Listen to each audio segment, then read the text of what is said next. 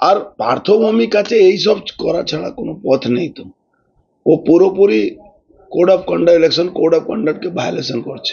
একটা মন্ত্রী ইমিডিয়েট ওকে বরখাস্ত করা উচিত। একটা মন্ত্রী হিসাবে ও সব জায়গা সরকারি অফিসারদেরকে, আপনি এখানকার ডিএম, এখানকার এসপি, এখানকার পুলিশ অফিসার, যে ইন্সপেক্টর, আপনার পুলিশ কমিশনার, এদের যদি election commission call detail check করবে, করছেও, তাহলে দেখবেন কি সকাল থেকে বিকাল রাত মধ্যে ও পার্টি কর্মীদের থেকে কম কথা বলছে। এদেরকে সঙ্গে কথা বলে কিভাবে কাকে ধমকাতে হবে, কাকে 107 দিতে হবে, কাকে 110 দিতে হবে, এই নিয়ে সারাদিন চিন্তায় আছে।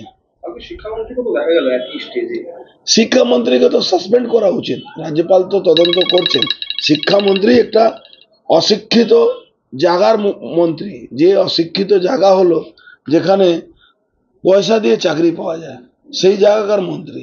ওনাকেও ওনার অফিসটাও অনেকবার ইডি সিবিআই ইনকোয়ারি করেছে। তো উনি কি আছেন সময় আসলে বোঝা যাবে।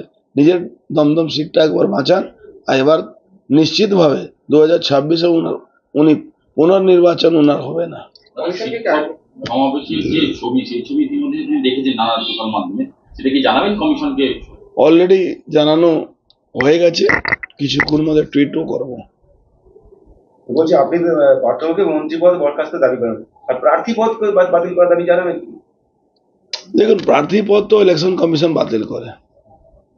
যে যত ভুল করছে সেটা ইলেকশন কমিশন দেখছে, কিন্তু মন্ত্রী পদ বাতিল করার জন্য এই জন্য আমি বলছি কি একটা রাজ্যপাল তার তদন্ত করাচ্ছেন। ভাবতে পারেন, সরকারকে সুপারিশ করছেন কি ওকে বরখাস্ত করা যায়। সেই মন্ত্রীর বিরুদ্ধে পুরোপুরি ইলেকশন আইনটাকে করছে। আপনি ভাবতে পারেন, ডিস্ট্রিক্ট ম্যাজিস্ট্রেট টেন্ডার করেছে, টেন্ডার ইমপ্লিমেন্ট হয়ে গেছে, টেন্ডার পাস হয়ে গেছে, কন্ট্রাক্টরকে ওয়ার্ক অর্ডার দিয়ে দেওয়া হয়েছে, আর কন্ট্রাক্টরকে কাজ করতে দেওয়া হচ্ছে না এমপি ফান্ডে।